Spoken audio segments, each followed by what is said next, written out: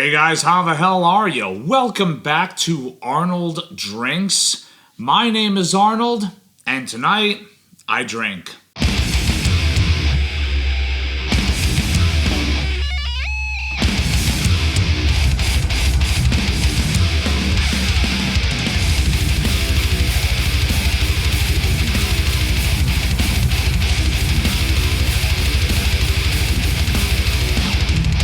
First of all, happy St. Patrick's Day to you. I am releasing this video on March 18th because I'm trying to make a statement here that y'all don't need to wait for any sort of cultural holiday to enjoy a cultural beverage. It may be St. Patrick's Day yesterday, but at the same time, hell, break out an awesome Irish whiskey, have an awesome Irish stout whenever you so feel like it. Deliciousness does not need a holiday. Just enjoy it. With that, today we are taking a look at the Whistler Irish Whiskey. This is their PX I Love You, named as such because of the sherry casks, the Pedro Ximénez sherry casks that they are finished in, but first they are matured in used bourbon casks and then afterwards finished in the sherry casks. So read between the lines, you've got something that's been through a couple of different barrels here and is gonna get a little bit different flavor profile coming from either. Now, I have already busted into this bottle, so I know a little bit about what's to come, but at the same time, I really wanted to share it with you guys. By the way, this is a 46% alcohol by volume Irish whiskey, meaning that it is a 92 proofer. And yeah, let's just dispense with the talking and let's just dive into the aromas and the taste. So something a little bit different compared to a lot of other Irish whiskeys that I've had. This thing is big and bold with some dessert notes very, very forward in the aroma.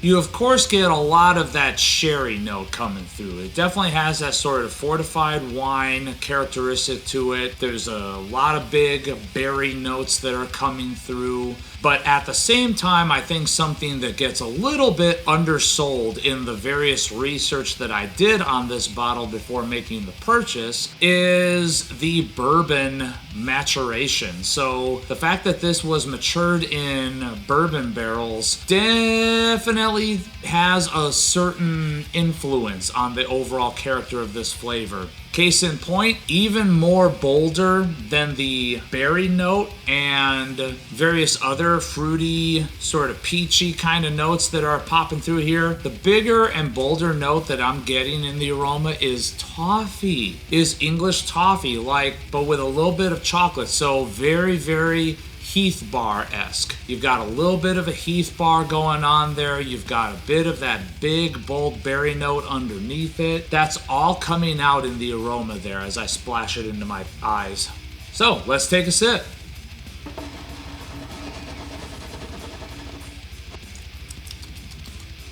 So something that's not quite as present on the nose is a slight earthiness that's in there. Not like a big, bold, peaty earthiness, but just something a little spicier, a little drier, a little darker underneath. But that is only serving to push forth those big, bold Heath Bar, toffee, and chocolate notes, as well as the strawberries. It's almost like toffee dipped strawberries, for lack of a better description. You get big, bold notes of everything. It's like when you're having a sweet dessert treat like that. You still have a bit of a grainy kind of baking sort of note that's in there too. So it's almost like a toffee topped berry crumble. It's just really, really delicious. Big, bold dessert flavors coming forth.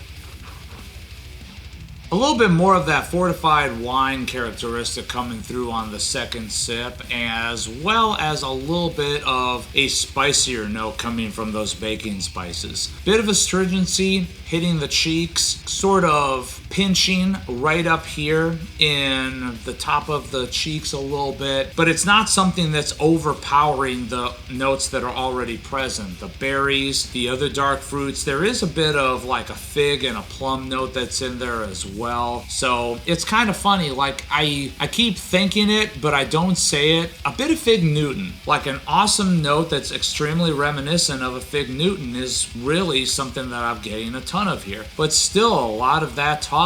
The toffee is not quite as brick in the face as it was on the first sip and on the aroma. So on the second sip, definitely a lot more of baked goods coming through, but desserty baked goods.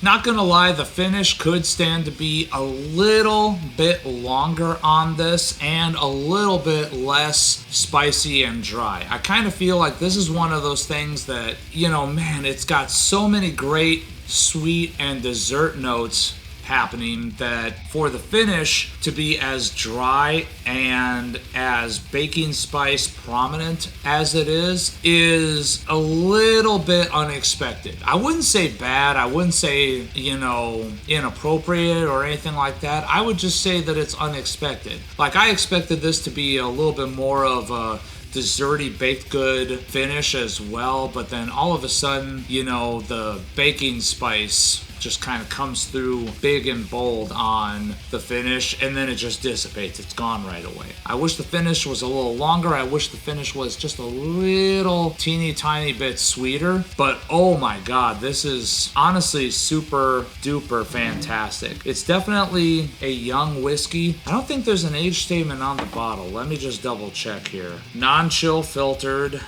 Yeah, not on the bottle, but I seem to recall reading somewhere online that it's about roughly 2 years old, give or take a little bit. So most of that time is spent maturing in the bourbon casks, and then it's finished for a further several months in the sherry casks. It's rather young, but at the same time, don't let that dissuade you. It's still extremely, extremely delicious, extremely enjoyable, and I'm happy to finally have an Irish whiskey on my shelf behind me.